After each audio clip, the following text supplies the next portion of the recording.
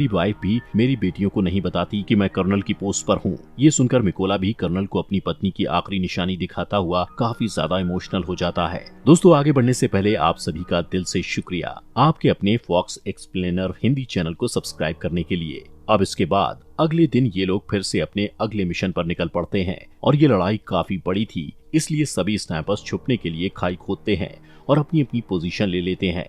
यहाँ पर ये लोग इसलिए आए थे क्योंकि इन्हें कहीं से पता चल गया था कि रशिया के कुछ सिपाही इधर कब्जा करने के लिए आ रहे हैं। इस मिशन में कर्नल मिकोला के साथ ही थे। तभी कुछ टाइम बाद मिकोला यहाँ पर नोटिस करता है कि उन रशियन सोल्जर्स के साथ वो सोल्जर भी आया था जिसने उसकी पत्नी को गोली मारी थी। वो सोल्जर बिल्कुल ही मिकोला के निशाने पर था। ये देखकर मिकोला कर्नल से पूछता है क्या मैं उस पर शूट कर सकता हूँ, जिस पर कर्नल कहता है कि अभी नहीं। मिकोला फिर से देखता है कि वो रशियन बिल्कुल उसके निशाने पर है और शायद फिर उसे कभी ये मौका न मिले, इसलिए वो फिर से कर्नल से पूछता है तो कर्नल उसे फिर से मना कर देता है। अब क्योंकि मिकोला का मिशन ही यही था कि वो अपनी पत्नी का बदला ले, इसीलिए वो खुद पर कंट्रोल नहीं रख पाता और उस सोल्जर पर शूट करके उसे मार डालता है। लेकिन इससे रशियन सैनिकों को इनके बारे में पता चल जाता है। कर्नल मिकोला पर भड़क जाता है कि तुमने क्या किया। तभी सेरी, जो रशियन आर्मी का एक तेज तर्रार स्नाइपर था, वो कर्नल को शूट करके मार डालता है और सभी रशियन सोल्जर्स इन पर बॉम्ब्स फेंकने लगते हैं, जिससे मिकोला कर्नल की बॉडी को उठाकर वहां से दूर भागने लगता है।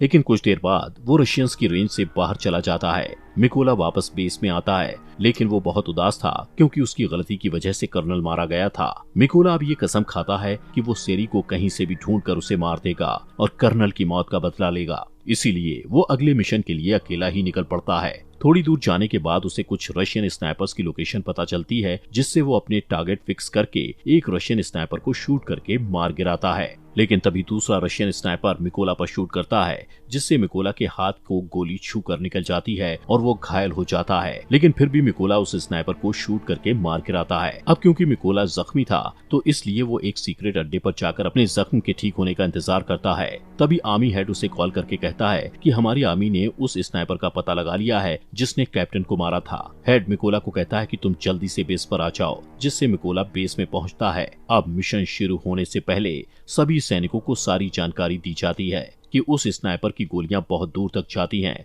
उसने अब तक 5 सबसे कारगर यूक्रेनी स्नाइपर्स और 3 मशीन गनर्स को मार गिराया है और उस स्नाइपर का नाम है सेरी। हेड उन सबको ये भी बताता है कि सेरी पहले यूक्रेनी सोल्जर्स को मारता है और फिर उनकी